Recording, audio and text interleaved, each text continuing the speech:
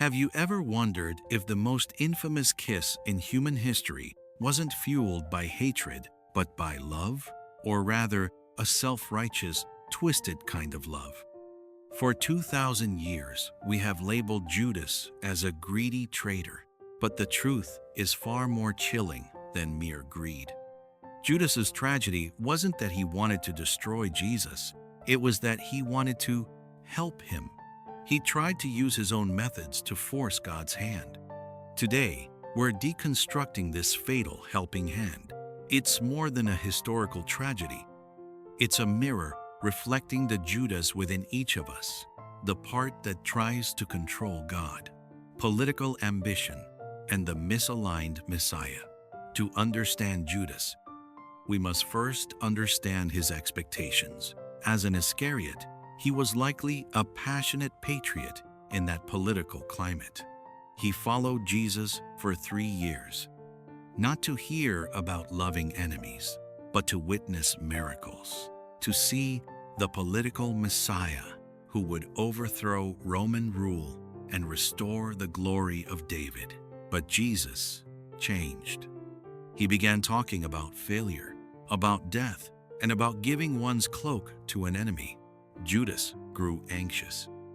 In his eyes, Jesus possessed the divine power to change the world, yet he remained weak in a way that was unacceptable. Judas thought to himself, "Jesus, you are too passive. If you won't act, I'll give you a nudge.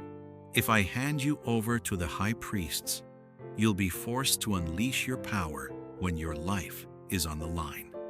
Then all of Israel will see that you are the king." This is the most dangerous kind of good intention. When you try to force God's hand by creating a crisis, you are no longer a disciple, you are a director. You aren't following God, you are trying to manipulate him. The intense kiss and a cheap valuation.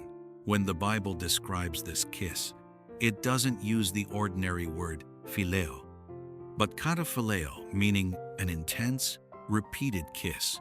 It wasn't just a signal, it was a frantic urge. "Lord, act now, reveal your glory." Ironically, the 30 pieces of silver Judas accepted for this favor fully exposed his internal collapse.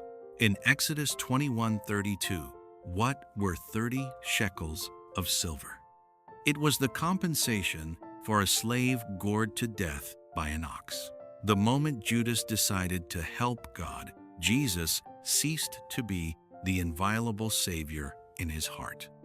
Instead, he became a tool to be traded, experimented upon, and valued even less than a dead slave. Friends, this is the cost of a fatal helping hand. The moment you doubt the perfection of God's plan and intervene with your own schemes, the value of God in your heart begins to plummet. Judas versus Peter, the battle of logic and grace. That night, 2 disciples betrayed him. Peter fell in a moment of cowardice. Judas sank in his self-righteousness. But why did one become a saint while the other became the son of perdition? The answer lies here. Will you die by your own logic or live by God's grace? Judas was a man of rigid logic. When he realized Jesus wasn't following his script to become king, but was truly going to his death, his world collapsed. He felt remorse. He tried to fix it. He returned the money. He tried to save himself, but he failed to believe one thing, that Jesus could forgive him. Judas's suicide was the ultimate and most severe rejection of grace.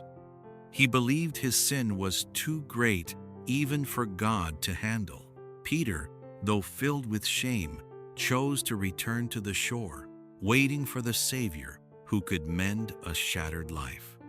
Betrayal is not the end. The refusal to be forgiven is.